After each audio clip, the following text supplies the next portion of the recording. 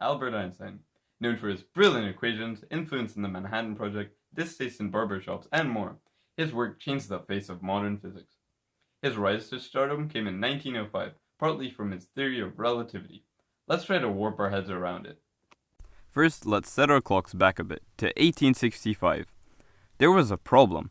It had been discovered that light is an electromagnetic wave, which means it travels at an exact speed throughout space. This clashed with some elementary physics.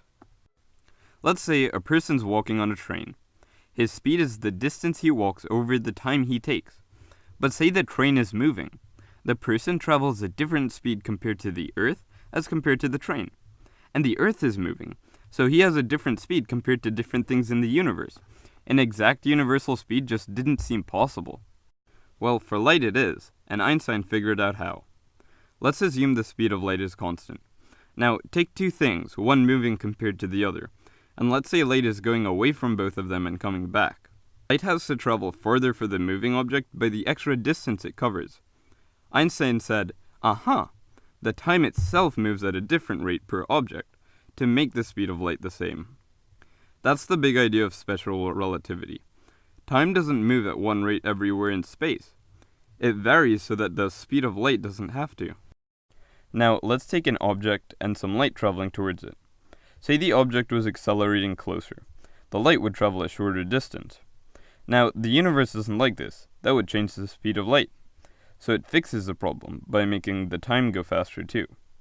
Now, this idea is pretty similar to special relativity, except it deals with acceleration, not speed. In a way, that makes it a more general idea, which is why it's part 1 of Einstein's theory of general relativity. For part 2, let's think about mass. See, a big enough mass, like a planet or star, pulls things towards it. That's gravity. Now, Einstein said that gravity is just another form of acceleration. So looking back to part 1, that means it distorts time. You can model this distortion with an elastic surface, like a trampoline. When nothing's on it, it's flat.